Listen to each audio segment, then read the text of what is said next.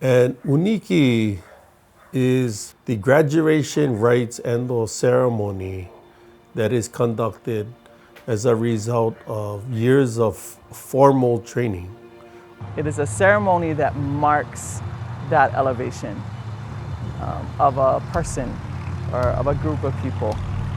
Really, it's about continuing to practice and acquire knowledge, but also at the same time being able to apply the accumulated knowledge that you have and add or enhance to really the beauty of the practice, whatever it may be, whether it's hula or laulapa'a or lomi lomi or any practice for that matter. One of the unique things that I think Keola had orchestrated was piecing together a lot of different practitioners from a lot of different backgrounds. Was very dynamic because you had practitioners from different disciplines, but trying to collaborate and integrate our respective knowledge of our own practice, and then how it relates to Lomi and the graduation rites of the pa. You know, we're seeing it in this practice. We haven't seen it before. We're seeing it in this. Now, where else can we do this? What other cultural practice out there can we help as a peoples, elevate through this process of Ūniki, without fear, right? And full on with courage and with confidence that what we're doing actually is a contribution, a positive contribution to the Lahuli. And what's unique about this Ūniki is it's the first time in this fashion that the Ūniki was very traditional.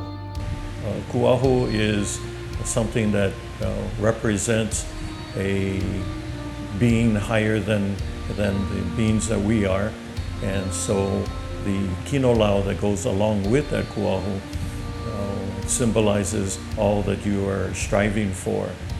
These type of practices, I think, of healing, it's just a nice touch unless there is that spiritual component. So building that and building it strong is, I think, critical. Without it, then you never quite achieve the breadth or the depth of mana that is there. And in essence, it's a well waiting to be tapped. And the deeper we can sink into that well, then the more mana that we can pull from that.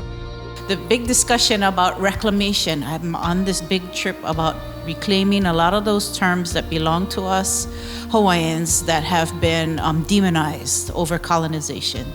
And that's part of it. That's a have to. You must sacrifice yourself and your own intellect and your emotional stability and all of that. But the other sacrifice is the community. That means 50% of the people, when you do this kind of big changes, 50% of the people in your practice, that means the community, they're not gonna like what you're doing. How dare you change the status quo? What about this issue and that issue? We never solved this, we never solved that. What about that? Why are you doing this thing over here? It always happens, all the time. And so I had to surround myself with people that not only can, but they do, and they're doing. And that's the caliber of people. Each one of them were selected primarily because of the standing up of the most important piece in the whole Ūniki, which came at the last minute. We didn't have that kuahu piece yet. And that to me was the most important out of the entire experience of this, because I knew what that meant for our healing practices. In almost every healing piece, or mo'olelo, it talks about you gotta know the akua first, right? That is the primary piece in all of healing.